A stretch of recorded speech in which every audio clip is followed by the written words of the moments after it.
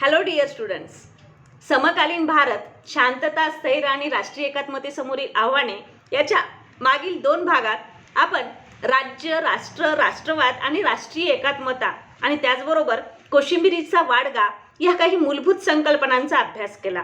अर्थातच या संकल्पनांचा अभ्यास करत असताना आपल्याला हे लक्षात आले की राष्ट्रीय एकात्मता ही एक भावनिक प्रक्रिया आहे, जी समाजाने स्वतःहून आपण एका राज्याचा घटक म्हणून स्वीकारण्याची ती एक मानसिक भावनिक स्वरूपाची प्रक्रिया आहे. पण ही प्रक्रिया साध्य करत असताना किंवा ही प्रक्रिया घडून येत असताना प्रत्येक राज्य हे त्या राज्याचे अस्तित्व टिकवून ठेवत असताना जी राष्ट्रीय एकात्मता त्या राज्यामध्ये अभिप्रेत असते, त्यासाठी काही समान मूल्यांचा स्वीकार करतात. अशा समान मूल्यांची जपणूक, संवर्धन करत असताना राष्ट्रीय एकात्मता साध्य करणे ही राज्याची भूमिका असते. राष्ट्रीय एकात्मतेशिवाय कोणतेही राज्य आपले अखंडत्व टिकवून ठेवू शकणार नाही. याची अनेक ऐतिहासिक उदाहरणे आपण मागच्या 2 भागात अभ्यासले की राष्ट्रीय एकात्मता ही राज्यासाठी किती आवश्यक आहे. पण ही साध्य करत असताना जरी ती मानवाशी निगडीत असणारी भावनिक प्रक्रिया असली तरी देखील राज्याची या राष्ट्रीय एकात्मतेमध्ये स्वतःची एक भूमिका असते की कशा प्रकारे राज्य राष्ट्रीय एकात्मता साध्य करू शकते. मग अशा वेळेला अनेकविध असणारा जो समाज असतो की ज्यामध्ये धार्मिक, भाषिक, वांशिक विविधता असतानाही जर एखाद्या राज्यामध्ये अशा अनेक विविधता असताना राष्ट्रीय एकात्मता साध्य करावयाची असेल तर त्यासाठी कोणत्या मूल्यांची जपणूक केली गेली पाहिजे. ही मूल्ये सांगत असताना सर्वसामान्यपणे 7 मूल्ये आपल्याला या ठिकाणी देण्यात आलेली आहेत की ज्यामध्ये समान नागरिकत्व, विविधतेत एकता, राष्ट्रप्रती निष्ठा, त्याचबरोबर भिन्न समुदायाबाबत बंधुत्वाची भावना, धर्मनिरपेक्षता, 6वे मूल्य म्हणजे सामाजिक, आर्थिक व राजकीय न्याय आणि 7वे मूल्य म्हणून समानता, अशा 7 मूल्यांना या ठिकाणी मांडण्यात आलेले आहे. लोकशाहीची निर्मिती करत असताना लोकशाहीची मूल्ये म्हणून समता, स्वातंत्र्य, न्याय आणि बंधुत्वाचा स्वीकार केला, ज्याला आधार तत्वे आणि मूल्य म्हणून स्वीकारले जाते. ते साध्य करणे म्हणजे काय आहे? लोकशाहीची स्थापना.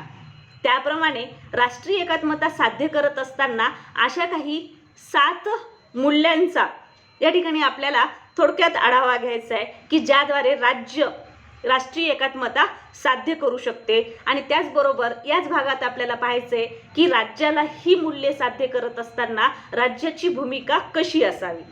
अर्थात ही मूल्ये साध्य करत असताना जे पहिले मूल्य सांगण्यात आलेले आहे की समान नागरिकत्व. अर्थात समान नागरिकत्व, नागरिकत्व म्हणजे काय? तर नागरिकत्व म्हणजे व्यक्ती एखाद्या विशिष्ट भूप्रदेशात राहत असताना राज्याकडून त्या विशिष्ट भूप्रदेशांतर्गत राहत असताना राज्याकडून त्या व्यक्तीला त्याच्या विकासासाठी, त्याच्या जगण्यासाठी काही विशिष्ट स्वरूपाची हक्क आणि त्याचबरोबर मग ते हक्क सामाजिक, आर्थिक, राजकीय, धार्मिक, शैक्षणिक असे अधिकार बहाल केले जातात. आणि त्यानंतर त्या व्यक्तीच्या स्वातंत्र्याची आणि संरक्षणाची हमी ही राज्य घेत असते. अशा वेळेला त्याला त्या राज्याचे नागरिक म्हणून संबोधले जाते. हे नागरिकत्व देत असताना जन्म किंवा वंशिक आधारावर, त्याचबरोबर एखादा व्यक्ती कोणत्याही राज्यामध्ये जाऊन त्याबाबतचे अर्ज करत असताना त्या राज्याच्या नियमांना स्वीकारत असताना नागरिकत्व स्वीकारू शकते. जसे की भारतात जन्माला न येणाऱ्या व्यक्तीलाही जर एखादा परकीय नागरिक भारतीय नागरिकत्व मिळवण्याचा प्रयत्न म्हणजे इच्छा असेल तर अशा वेळेस त्याला सतत 10, अलीकडील काळात 11 वर्ष करण्यात आली आणि त्यानुसार 1955च्या समान नागरिक कायद्यानुसार भारतातील नागरिकत्व परकीय व्यक्तीला देखील प्राप्त करता येते. नागरिकत्व प्राप्त करत असताना ही एक कायदेशीर प्रक्रिया असते की ज्यामध्ये या कायदेशीर संकल्पनेअंतर्गत राजकीय व नैतिक अधिष्ठान देत असताना शासन संस्था ही नागरिकांची असते. म्हणजे शासन संस्थेमध्ये सहभाग किंवा शासन संस्थेचा घटक म्हणून कार्य करणारे जे व्यक्ती असतात, तो मानवी समूह व्यक्ती हे कोण असतात? त्या राज्याचे नागरिक, ज्यांना राज्याने त्याबाबतची स्वीकृती दिलेली आहे. अर्थातच हे करत असताना साधारणतः नागरिकांना हक्क आणि अधिकार असतात जे ते प्रत्येक राज्याच्या संविधानाद्वारे बहाल केलेले असतात. आणि त्याद्वारे व्यक्तीला जीवन जगत असताना व्यक्ती विकासाची, एक नागरिक म्हणून त्याला त्याच्या विकासाची, त्याचबरोबर त्याला स्वातंत्र्य बहाल होतात, ज्यामध्ये आपण पाहू शकतो विचार, अभिव्यक्ती, विश्वास, श्रद्धा, उपासना या सर्वांचे आपल्याला स्वातंत्र्य असते. तसेच निवडणुका व इतर राजकीय अधिकार त्यामध्ये सहभागी होणे, राजकीय निर्णय प्रक्रियेत सहभागी होणे, निवडणुका लढवत असताना पद प्राप्त करणे, अशा विविध हक्कांचे बहालीकरण हे राज्याकडून होत असते. म्हणजेच राज्य ज्या वेळेला एखाद्या व्यक्तीला नागरिक म्हणून स्वीकृती देते, की ज्याप्रमाणे भारतात पूर्वी 21 वर्ष आणि आज 18 वर्ष पूर्ण झालेल्या प्रत्येक व्यक्तीला हे पूर्ण नागरिकत्व, प्रौढ नागरिकत्व बहाल केले जाते. म्हणजेच नागरिकत्व असेल तर त्या व्यक्तीला संविधानात्मक दिलेले हे सर्व अधिकार आपोआप बहाल होतात, जे संविधानातील कलम 14 ते 32 अंतर्गत देण्यात आलेले आहेत. म्हणजेच नागरिकत्व असावे. आता याचा राष्ट्रीय एकात्मतेशी संबंध काय? ज्या वेळेला नागरिकत्व बहाल केले जाते त्यावेळेला त्या व्यक्तीच्या मनामध्ये किंवा त्याचा जो संविधानिक दर्जा होतो तो त्या राज्याचा होतो, ना तो कोणत्या धर्माचा, ना कोणत्या वंशाचा, ना कोणत्या भाषेचा, ना कोणत्या प्रदेशाचा. त्यावेळेला त्याची ओळख होते, ती ओळख असते राष्ट्रीय ओळख, आणि ती ओळख म्हणजे काय? भारतीय असणे. याप्रमाणेच प्रत्येक राज्याची स्वतःची नियमावली असते, की ज्यामधून आपण त्या राज्याचा, आपण त्या राष्ट्राचा घटक आहोत यासाठी जे समान मूल्य जोपासले जाते त्याचा पहिला घटक किंवा पहिले मूल्य म्हणजे काय आहे? समान नागरिकत्व, जे प्रत्येकाला समान असते, प्रत्येकासाठी समान असते. आणि हे बहाल केल्यामुळे निश्चितच नागरिकांमध्ये आपण एक आहोत ही भावना दृढ होते. त्याचबरोबर दुसरी सांगितलेली आहे की विविधतेमध्ये एकता साध्य करता आली पाहिजे, त्यावेळेला राष्ट्रीय एकात्मता निर्माण होऊ शकते. राष्ट्रीय एकात्मतेमध्ये कितीही विविधता असेल तर ती विविधता नष्ट करणे म्हणजे राष्ट्रीय एकात्मता नाहीये. समजा अनेक वंशाचे लोक एखाद्या राज्यामध्ये राहत असतील तर एखाद्या वंशाला बहिष्कृत करणे म्हणजे राष्ट्रीय एकात्मता नाहीये. पण अनेक वंशाचे लोक एकत्रित राहत असताना त्यांना दिले जाणारे अधिकार हे जर एक आणि एक समान असतील तर अशा वेळी त्या विविधतेमध्ये देखील एकता प्रस्थापित होऊ शकते.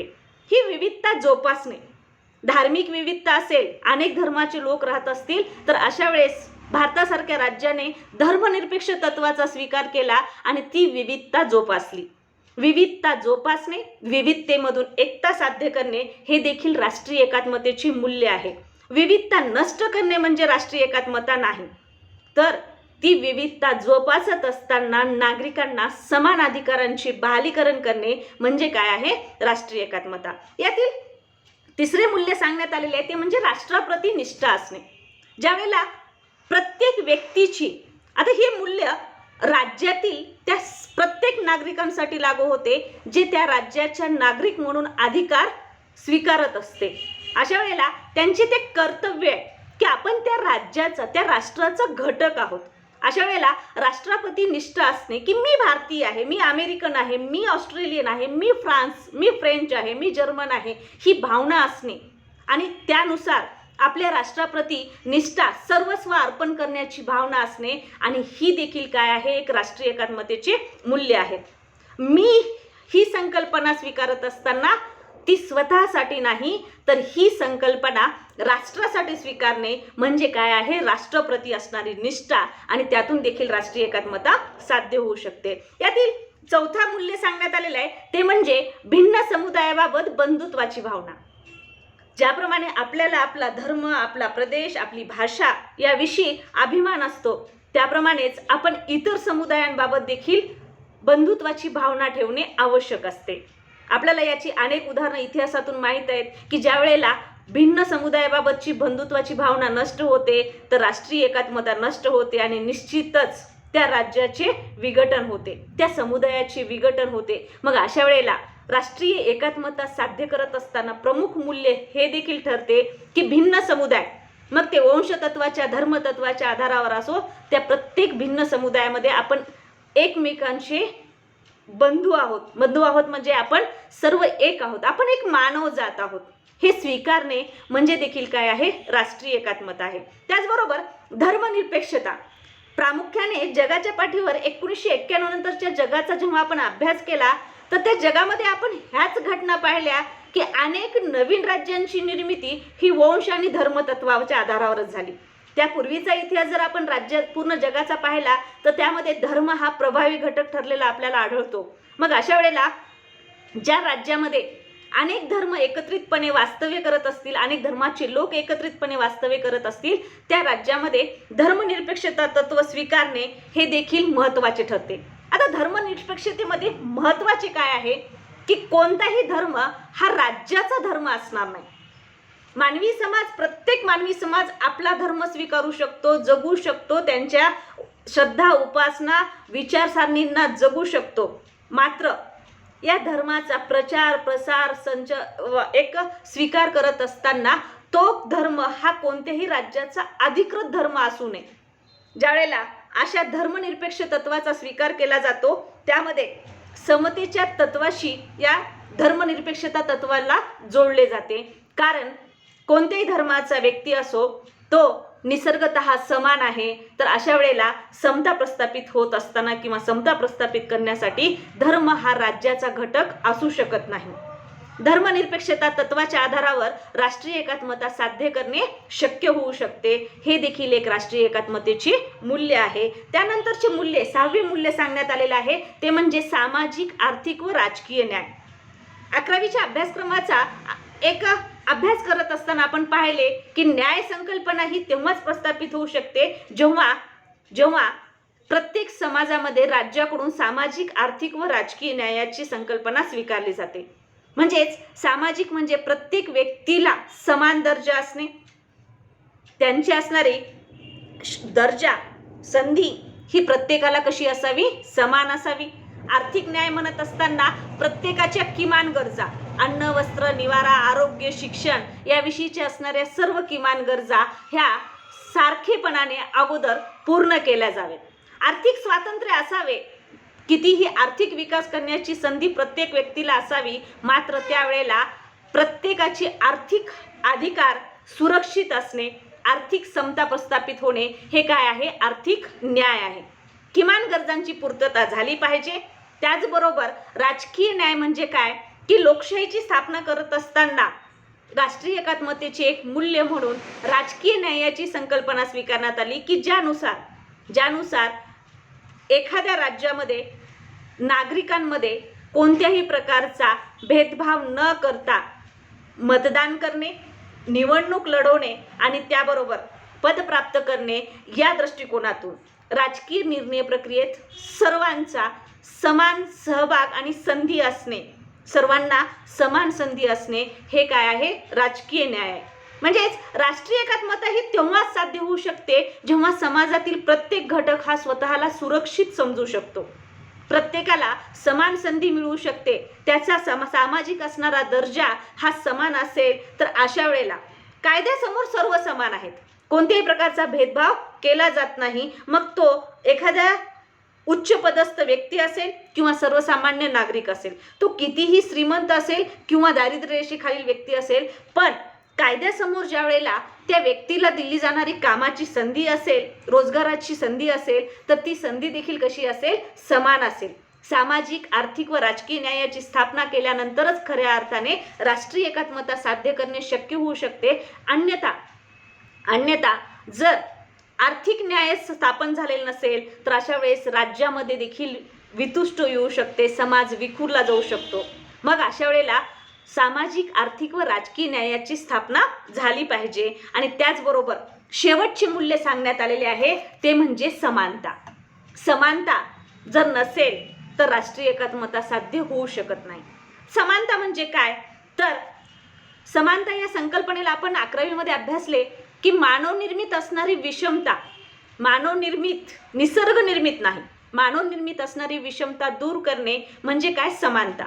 बऱ्याच वेळेला आपण पाहतो, जी आपण 3ऱ्या प्रकरणामध्ये अभ्यासले की लिंगभाव निगडीत असणारी समस्या, स्त्री आणि पुरुष हा भेद केला जातो अधिकार व्यवस्था देत असताना, मग तो सामाजिक असेल, आर्थिक असेल किंवा राजकीय असेल. मग अशा वेळेला हा भेदभाव न करणे, मग तो स्त्री पुरुष म्हणून नव्हे तर धर्म आधारावर, वंश आधारावर अशा प्रकारचा भेदभाव न करणे की ज्यामधून मानवामध्ये विषमता निर्माण होईल. जर मानवी संबंध व्यवस्थेमध्येच विषमता असेल तर राष्ट्रीय एकात्मता कशी साध्य होणार? मग अशा वेळेला राष्ट्रीय एकात्मता साध्य करण्यासाठी प्रत्येक समाजामध्ये, प्रत्येक राज्यातील त्या समाज व्यवस्थेमध्ये समानतेची निर्मिती होणे आवश्यक असते आणि हे देखील एक राष्ट्रीय एकात्मतेचे मूल्य आहे. अर्थातच राष्ट्रीय एकात्मता साध्य करत असताना या मूल्यांना समोर ठेवून, म्हणजे या ठिकाणी पहा मूल्य कशी आहेत की ज्या ठिकाणी राज्याचीही कर्तव्य आहेत आणि नागरिकांचीही कर्तव्य आहेत. त्याचबरोबर हे मूल्य साध्य करत असताना राज्याचा घटक म्हणून जेव्हा नागरिकत्व दिले जाते तर त्यावेळेला समानता व सामाजिक, आर्थिक व राजकीय न्यायाची अपेक्षा आहे. तर त्याचबरोबर विविधतेचे जतन देखील केले गेले पाहिजे, कारण विविधतेमध्ये प्रत्येक मानवी समूह हा स्वतःच्या भावना जगत असतो आणि त्यांचेही संरक्षण आणि संवर्धन झाले पाहिजे. एक उदाहरण आहे की भारतामध्ये धार्मिक स्वातंत्र्य आहे. प्रत्येकाला आपल्या धर्माचा प्रचार प्रसार करण्याचा, विकास करण्याचा अधिकार आहे. पण ही विविधता जोपासत असताना धार्मिक विविधता, जे अनेक धर्म, हिंदू, इस्लाम, त्याचबरोबर जैन, बौद्ध, शीख अशा अनेक धर्मांचे भारतात वास्तव्य असतानाही कोणताही धर्म हा भारताचा राजकीय धर्म नाही आहे. दुसरा, आपण आपल्या धर्माचा प्रचार प्रसार विचार स्वीकारत करू शकतो, मात्र इतर धर्मांवर टीका टिप्पणी करण्याचा आपल्याला अधिकार नाही आहे. म्हणजेच याद्वारे प्रत्येक समाज हा, प्रत्येक धार्मिक समाज हा कसा आहे, एकात्म आहे. म्हणजे अशा प्रकारे राष्ट्रीय एकात्मतेची ही मूल्ये आहेत की ज्या आधारावर एखाद्या राज्यामध्ये राष्ट्रभावना किंवा राष्ट्रीय एकात्मतेची भावना विकसित होऊ शकते. पण ही भावना विकसित होत असताना राज्याची देखील भूमिका तेवढीच महत्त्वाची ठरते. राष्ट्रीय एकात्मतेमध्ये राज्याची जी भूमिका आहे की ज्यामध्ये राज्याने काय केले पाहिजे की त्याद्वारे राष्ट्रीय एकात्मता निर्माण होऊ शकते. राज्याची भूमिका ही कशी असावी? पहिली, निष्पक्ष असावी. दुसरा, राज्य म्हणून कार्य करणारी जी प्रमुख यंत्रणा आहे ती म्हणजे शासन संस्था. राज्याचे 4 घटक आहेत: लोकसंख्या, भूप्रदेश, त्यानंतर शासन संस्था आणि सार्वभौमत्व. यातील जैविक घटक कोण आहे? लोकसमूह. आणि त्या लोकसमूहाकडून चालवणारी शासन व्यवस्था, आणि या दोघांमध्ये समन्वय असणे हे फार महत्त्वाचे ठरते राष्ट्रीय एकात्मता साध्य करण्यासाठी. मग हे साध्य करत असताना नेमकी राष्ट्रीय एकात्मतेमध्ये राज्याची भूमिका कशी असावी? तर त्यामध्ये पहिला मुद्दा सांगितला जातो राष्ट्रीय एकता साध्य करणे. संविधानात्मकरित्या देशाच्या कायदा व्यवस्थेनुसार, देशाच्या न्याय व्यवस्थेद्वारे, देशाने स्वीकारलेल्या मूल्य व्यवस्थेच्या द्वारे राष्ट्रीय एकात्मता साध्य करणे, ज्यामध्ये विविधता जोपासणे आणि ती विविधता जोपासत असताना एकात्मतेची स्थापना करणे हे राज्याची भूमिका असावी. त्याचबरोबर राष्ट्र उभारणी कार्य करणे. ज्यावेळेला एखाद्या राज्याची निर्मिती होते तेव्हा त्या राज्याच्या निर्मितीमध्ये शासन संस्थेची भूमिका फार महत्त्वाची ठरते. का? कारण राज्याला अखंडत्व देण्यासाठी, राज्याचे अस्तित्व टिकवून ठेवण्यासाठी, राज्याचे स्वातंत्र्य टिकवून ठेवण्यासाठी नागरिकांमध्ये राष्ट्र उभारणी करण्याचे कार्य ही शासन संस्था करू शकते. ही राष्ट्र उभारणी करत असताना राज्याची भूमिका अशी असावी की ज्यामधून नागरिकांनी स्वतःचे स्वातंत्र्य जगत असताना राज्य देखील स्वतंत्र राहिले पाहिजे, परकीयांच्या आक्रमणापासून, हस्तक्षेपापासून दूर असले पाहिजे, सार्वभौमत्वाचे जतन झाले पाहिजे. अशा स्वरूपाची राष्ट्र उभारणीचे कार्य हे राज्याने केले पाहिजे. त्यामध्ये तिसरी भूमिका सांगितलेली आहे की राज्य उभारणी मूल्यांना प्रोत्साहन देणे. आता राष्ट्र उभारणी मूल्यांना प्रोत्साहन देणे. राष्ट्र उभारणी करत असताना समजा एक उदाहरण म्हणून की लोकशाही हे राष्ट्र उभारणीचे ध्येय आहे. मग अशा वेळेस मूल्य काय आहेत राष्ट्र उभारणीसाठीची? जी लोकशाहीची मूल्य आहेत, समता, स्वातंत्र्य, न्याय, ही जी लोकशाहीची मूल्य आहेत, या मूल्यांना प्रोत्साहन देणे. आणि हे प्रोत्साहन देत असताना त्या राज्यामधील राष्ट्रभावना ही विकसित करणे ही राज्याची भूमिका असावी. त्याचबरोबर समाजात शांतता आणि सलोखा राखणे. ज्या वेळेला एखाद्या समाजामध्ये विविधता असते अशा वेळेला मोठ्या प्रमाणामध्ये समाजामध्ये दंगली, चळवळी, उठाव होण्याची शक्यता असते. मग अशा वेळेला समान नागरिकत्व असेल किंवा संविधानात्मक हक्क असतील, याद्वारे समाजामध्ये शांतता आणि सलोखा निर्माण करण्याचे कार्य हे राज्य करू शकते. ही राज्याची भूमिका असणे आवश्यक असते. त्याचबरोबर पाचवे एक भूमिका सांगितलेली आहे की सामाजिक व राजकीय स्थैर्य देणे, आणि त्याचबरोबर सहावे मूल्य म्हणजे आर्थिक प्रगतीस प्रोत्साहन देणे. समाजाच्या विकासाबरोबरच समाजाचा राजकीय व आर्थिक विकास घडवून आणणे आणि त्याद्वारे त्या राज्याचाही आर्थिक विकास घडवून आणणे, या दृष्टिकोनातून राज्याची भूमिका असणे. राष्ट्रीय एकात्मता साध्य करत असताना राज्याने सामाजिक व राजकीय स्थैर्य देत असताना की ज्यामधून त्या समाजाचा आणि निश्चितच त्या आधारावर राज्याचा आर्थिक विकास होऊ शकेल, अशा स्वरूपाची राज्याची भूमिका असावी. तर सातवी भूमिका सांगण्यात आलेली आहे ती म्हणजे नागरिकांचे अंतर्गत व परकीय आक्रमणापासून संरक्षण करणे. प्रत्येक राज्यामध्ये आपण मागच्या प्रकरणामध्येच अभ्यासले, दहशतवाद वाढत चाललेला आहे. मागच्या दोन प्रकरणामध्ये, पहिल्या प्रकरणामध्ये आपण पाहिलं की दहशतवाद ही आंतरराष्ट्रीय समस्या बनलेली आहे. मग अशा वेळेला हा जो वाढत चाललेला दहशतवाद आहे, त्यामधून नागरिकांचे जे परकीय आक्रमण किंवा एक परकीय धोका हा जो निर्माण झालेला आहे की ज्यामध्ये विमान अपहरण असेल किंवा एखाद्या आण्विक हल्ला असेल, या दृष्टिकोनातून जे परकीय आक्रमण होत असते त्यापासून नागरिकांचे संरक्षण करणे की ज्याद्वारे नागरिक त्या राज्यासाठी स्वतःची राष्ट्रीय भावना कायम ठेवतील, सुरक्षितता निर्माण करून देणे. त्याचबरोबर राज्यातील राहणाऱ्या राज्यांतर्गत राहणाऱ्या नागरिकांचेही संरक्षण आणि त्यांचा विकास करण्याची भूमिका ही राज्याची असणे आवश्यक आहे. राष्ट्रीय एकात्मता साध्य करत असताना राज्याची भूमिका फार महत्त्वाची ठरते. का? कारण राज्य जोपर्यंत अशा स्वरूपाच्या महत्त्वाच्या राष्ट्रीय एकात्मतेच्या मूल्यांचा स्वीकार करत असताना ती साध्य करण्याचा प्रयत्न करत नाही, तोपर्यंत राष्ट्रीय एकात्मता पूर्णपणे समाज व्यवस्थेमध्ये निर्माण होऊ शकत नाही. ही एक अशी प्रक्रिया आहे की ज्या प्रक्रियेमध्ये राज्याची ही राष्ट्रीय एकात्मता साध्य करत असताना भूमिका कोणती असावी, राष्ट्रीय एकात्मतेमधील त्यांची भूमिका आपण पाहिली, तर हीच भूमिका की ती साध्य करायची आहे स्वतंत्रपणे समाजामध्ये, राज्यामध्ये राष्ट्रीय एकात्मतेची ही मूल्य रुजवण्याची साठी, याद्वारे राष्ट्रीय एकात्मता साध्य करण्यासाठी राज्यांनी काय केले पाहिजे, तर त्यामध्ये 4 मुद्द्यांच्या आधारावर आपण सांगू शकतो की राष्ट्रीय ओळख निर्माण करणे, त्याचबरोबर ही राष्ट्रीय ओळख निर्माण करत असताना राष्ट्रीय सत्ता प्रस्थापित करणे, 3 राज्य व जनता यांच्यात सुसंवाद घडवून आणणे, आणि 4 सामाजिक मूल्य व उद्दिष्टे विकसित करणे. अर्थातच सांस्कृतिक व सामाजिक दृष्टिकोनातून भिन्न असणाऱ्या गटांना एकत्रित आणून राज्याने त्यांची स्वतःची राष्ट्रीय ओळख निर्माण करणे आवश्यक ठरते राष्ट्रीय एकात्मतेसाठी. त्याचबरोबर दुसरे मुद्दा सांगण्यात आलेला आहे की राष्ट्रीय सत्ता प्रस्थापित करणे, ज्यावेळेला एखादे राज्य लहान लहान प्रदेशांच्या एकत्रीकरणातून किंवा मग ते केंद्राकर्षी आणि केंद्रोत्सारी संघराज्य म्हणून ज्यांचा आपण अभ्यास करतो, जर असे लहान लहान प्रदेश एकत्रितपणे एखाद्या राज्यामध्ये आले असतील, तर अशा वेळेस त्यांच्यातील राजकीय, सामाजिक व सांस्कृतिक गटांवर एक राष्ट्रीय सत्ता प्रस्थापित करणे आवश्यक असते. ज्यामध्ये अमेरिकन संघराज्याची निर्मिती होत असताना अनेक राज्य एकत्रित आले, तर युरोपमध्ये राज्यांचे विघटन झाले. पहिल्या प्रकरणात आपण पाहिलं की अनेक असे राज्य आहेत की राष्ट्रीय एकात्मता न टिकवून ठेवल्यामुळेच सोव्हिएत रशियाचे विघटन झाले.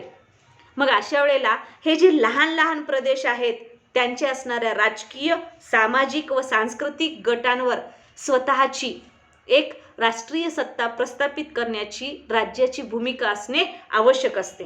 त्यामध्ये तिसरा मुद्दा हा सांगितलेला आहे की राज्य व जनता यांच्यात सुसंवाद घडवून आणणे, की ज्यामध्ये लोकांची जी स्थिती आहे, त्यांच्या ज्या इच्छा आहेत, त्यांच्या ज्या आकांक्षा आहेत, त्या जाणून घेत असतानाच राज्याने निर्णय घेतले पाहिजेत. आज आपण पाहतो लोकशाहीमध्ये नागरिक स्वतःच्या अधिकारांसाठी आंदोलन करत असताना आढळतात. या आंदोलनाची दखल कुणाकडून घेतली जाते? शासन संस्थेकडून. राज्य व जनता यांच्यात सुसंवाद घडवून नाही आला आणि अशा वेळेला शासन संस्था जर एकतर्फी निर्णय घेऊ लागली तर त्याला हुकुमशाही संबोधली जाते आणि अशा वेळेला जनतेकडून उठाव चळवळ होण्याची भीती निर्माण होते. म्हणून राज्य व जनता यांच्यात सुसंवाद घडवून आणणे ही देखील राज्याची प्रमुख भूमिका ठरते. तर शेवटी एक चौथी भूमिका सांगितलेली आहे, ती म्हणजे सामाजिक उद्दिष्टे व मूल्य विकसित करणे, की ज्याद्वारे सामाजिक व्यवस्था राखण्यासाठी मदत होईल. राज्याने प्रत्येक समाजाची असणारी जी त्यांची उद्दिष्टे व मूल्ये आहेत त्यांचे जतन आणि संवर्धन देखील केले पाहिजे. जे मी तुम्हाला आत्ताच सांगितलं की विविधता असते, पण ती विविधता नष्ट करणे म्हणजे राष्ट्रीय एकात्मता नाही, तर त्यावेळेला राजकीय एकजिन्सीपणा निर्माण करणे, आपण एक आहोत ही भावना निर्माण करणे आणि त्यामध्ये प्रत्येकाच्या विविधतेचा सन्मान करणे. प्रत्येक जी धार्मिक, भाषिक, जी कोणती वांशिक विविधता आहे त्यांचा सन्मान करणे आणि त्यानुसार त्यांच्या असणाऱ्या वांशिक, भाषिक आणि धार्मिक सहिष्णुता टिकवून ठेवणे आणि समाजातील शांतता ही टिकवून ठेवणे यामध्ये राज्याची प्रमुख भूमिका असते, की ज्याद्वारे एका सुसंवादी व क्रियाशील स्वरूपाच्या समाजासाठी राष्ट्रीय एकात्मता निर्माण होऊ शकते आणि राष्ट्रीय एकता आणि सामाजिक स्थैर्य निर्माण होण्यासाठी राज्य प्रयत्नशील असू शकते. म्हणजेच या सर्व अभ्यासातून आपल्याला हे लक्षात येते की राष्ट्रीय एकात्मता ही भावना जरी समाजाशी निगडीत असणारी भावनिक मानसिक प्रक्रिया असली तरी देखील ती निर्माण होण्यासाठी आणि ती निर्माण झाल्यानंतर राज्याची भूमिका फार महत्त्वाची ठरते. तर यानंतरच्या भागात आपल्याला पाहायचं आहे की भारतामध्ये कशा प्रकारे राष्ट्रीय एकात्मता आहे. भारतामध्ये कशा प्रकारे राष्ट्रीय एकात्मता आहे आणि भारताचा इतिहास पाहत असताना भारतामध्ये राष्ट्रीय एकात्मतेची निर्मिती कशी विकसित होत गेली, राष्ट्रीय एकात्मता कशी विकसित होत गेली आणि आजच्या भारतातील राष्ट्रीय एकात्मतेसमोरील असणारी आव्हाने कोणती आहेत, या सर्वांचा आपण पुढील भागामध्ये अभ्यास करूयात.